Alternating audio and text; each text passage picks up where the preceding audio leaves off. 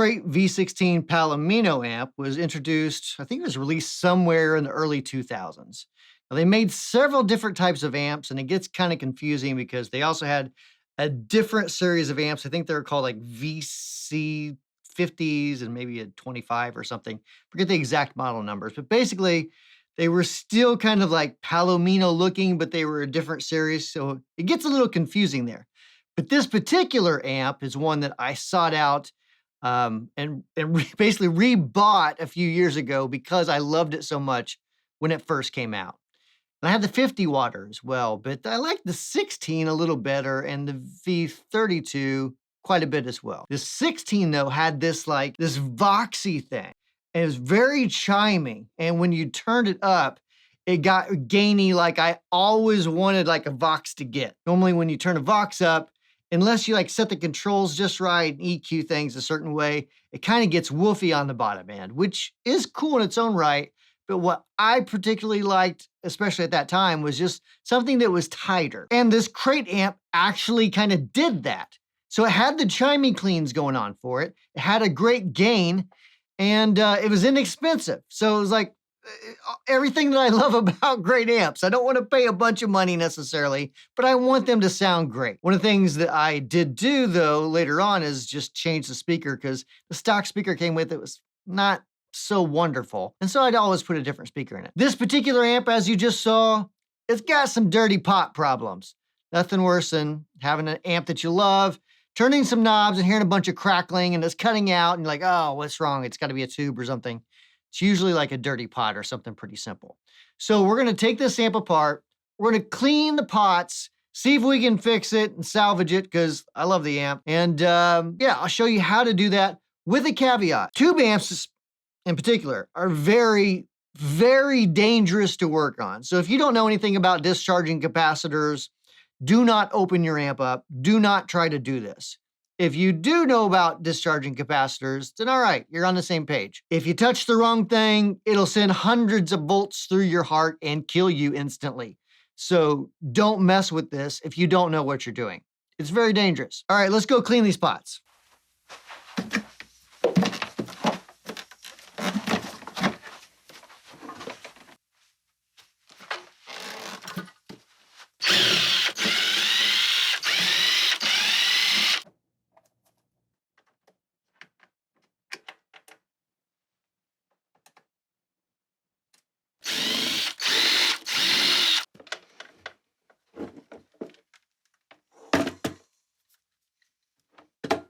Okay, so I'm out here outside of the room. Got a little deoxit, which is pretty good for cleaning potentiometers. The key to cleaning potentiometers, and it's hard to do, but there's a little bitty hole on the back of the potentiometer.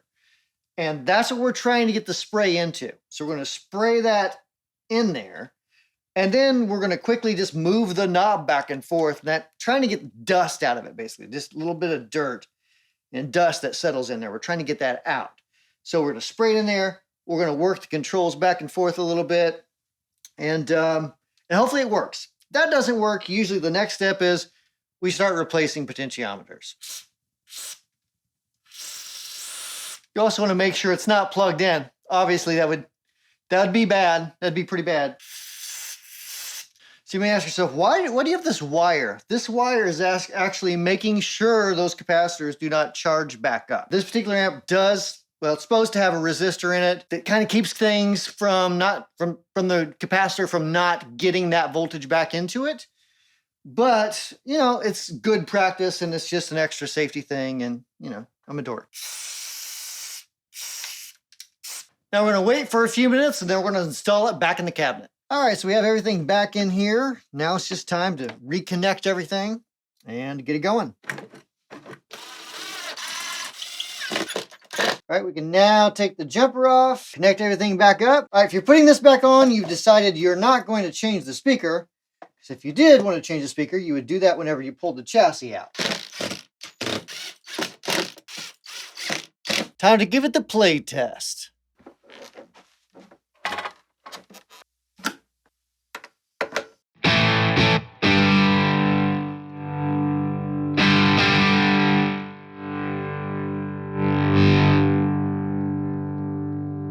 Cleaning potentiometers can seem like it's a bit of a pain, but it unfortunately is just sort of a necessary thing of having pedals and amps and even guitars. Even your potentiometers on your guitars can do this. But the cool thing about it is once you like take the thing apart, whether it's the pedal and you're cleaning the pots or the amp, if you're being careful, caveats, as we said before, but after you like clean it and you put it back together, and now it's working perfectly. It's in great shape, and you get like this sense of accomplishment in a way that is hard to describe. It's almost like finishing a song in a way. Like you've written this song and you finally finished it and you called it good. It sort of feels a bit like that. So it's a little satisfying if you like working with your hands. And ultimately, I mean, this amp, look at this amp. This amp it's been through some stuff. It's seen some wear and tear.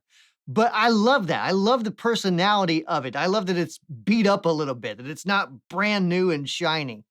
Just kind of dig that sort of thing. So it's got a life of its own. It's got a history of its own. And I'm here to keep on playing it for the next 20 years. So thanks for watching. We'll see you next time with a new video.